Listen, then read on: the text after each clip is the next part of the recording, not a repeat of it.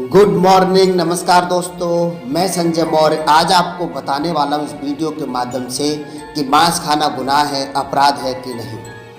क्योंकि हमारे यहाँ लोग ये मानते हैं कि मांस खाने वाले लोग दानव होते हैं और वे धार्मिक नहीं होते, उन्हें ईश्वर पसंद नहीं करते हैं और वो लोग नरक में चले जाएंगे। और वे लोग जो साग पात खाते हैं वे धार्मिक होते हैं और उनको ईश्वर पसंद करते हैं और वे स्वर्ग चले जाएंगे। परंतु ईश्वर का इससे कोई मतलब नहीं है कि आप मांस खाते हैं या नहीं खाते हैं। ईश्वर के नाम से लोग हमें सिर्फ डराते हैं, सच्चाई उनको भी मालूम नहीं है। यदि ईश्वर की इच्छा ये होती कि सब लोग वेजिटेरियन होते, सब लोग साग पात खाते, तो ईश्वर ने इस दुनिया में सिर्फ मांस खाने वाले जानवरों को क्यों बनाया है। शेर जो घास नहीं खा सकता है, वो चीता जो घास नहीं खा सकता है, वो बेज खा ही नहीं सकता है, उसका नर्वस सिस्टम जो है, उसकी पाचन क्रिया जो है सिर्फ मांस को ही पचा सकती है, वो घास को नहीं पचा सकती है। तो वो भी तो जीव हत्या करते हैं।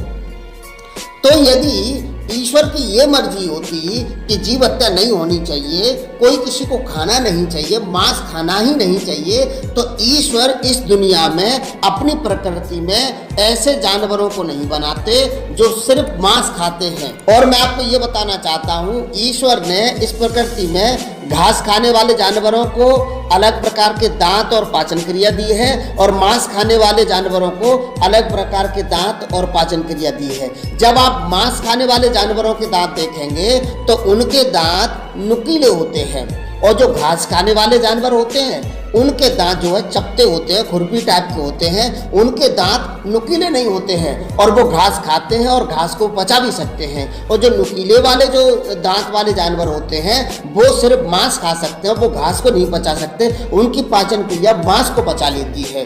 तो यदि आप अपने आप को देखें, यदि आप अपने आप से सवाल करें कि मैं फिर कैसा बनाया हूँ, ईश्वर ने मुझे कैसा बनाया है, तो जब आप अपने दांतों को देखेंगे, अपने आप को जब आप शीशे में देखेंगे तो आपको मालूम पड़ेगा ईश्वर ने मनुष्य जाति को चपटे दांत भी दिए हैं और नुकीले दांत भी दिए हैं, जिनको हम किलरा भी कह सकते हैं। और मैं आपको इसके माध्यम से बताना चाहता हूँ, ईश्वर ने मुझे और आपको नर्वस सिस्टम जो है, पाचन क्रिया दोनों खाने को पचाने की दी है। आप वेज भी खा सकते हैं, आप नॉन वेज भी खा सकते हैं और ईश्वर ने उसी प्रकार के आपको दांत भी दिए हैं, उसी प्रकार की आपको पाचन क्रिया भी दी है। अब ये आपका अपना चुनाव है कि आप मांस खाएंगे या घास खाएंगे, आपकी अपनी मर्जी है कि आप वेज खाएंगे कि नॉन वेज खाएंगे। ईश्वर ने आपको दोनों को पचाने का, दोनों को खाने का सिस्टम दे दिया है। तो वे लोग जो ये कहते हैं कि मांस खाने वाले लोग जीव हत्या कर रहे हैं, उनकी जानकारी के लिए मैं बता दूं,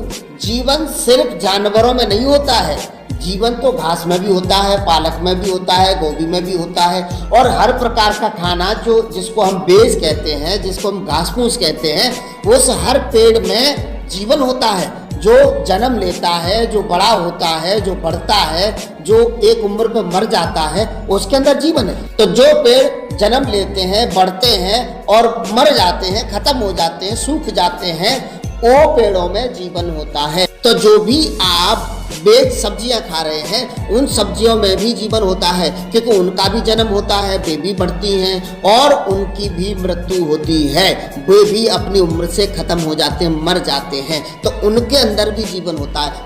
तो साग पात और जानवरों में सिर्फ इतना ही फर्क होता है कि साग पात तो एक ही जगह खड़ा होकर के बढ़ता है और जानवर जो है वो चलता फिरता है और बढ़ता है, सिर्फ इतना ही फर्क है। लेकिन जीवन तो दोनों में ही होता है। यदि आपने कभी बेल देखी हो तो आप देखेंगे कि बेल तो देखती भी है, उसकी आंखें नहीं होती हैं, फिर भी वो उधर चलती है जहां उसको पकड़ने के लिए कोई चीज दिखाई देती है। जिधर पकड़ने के लिए कुछ नहीं दिखाई देता है वहां से या तो वो सूख जाती है या रुक जाती है, उधर बढ़ती ही नहीं है, वो उधर ही बढ़ती है जहां कुछ पकड़ने का उसको सिस्टम मिलता है। और मैं आपको ये बताना चाहता हूँ कि जानवरों में आत्मा नहीं होता, सिर्फ प्राण होता है। जैसे पेड़ों में प्राण होता है और आत्मा नहीं होता है।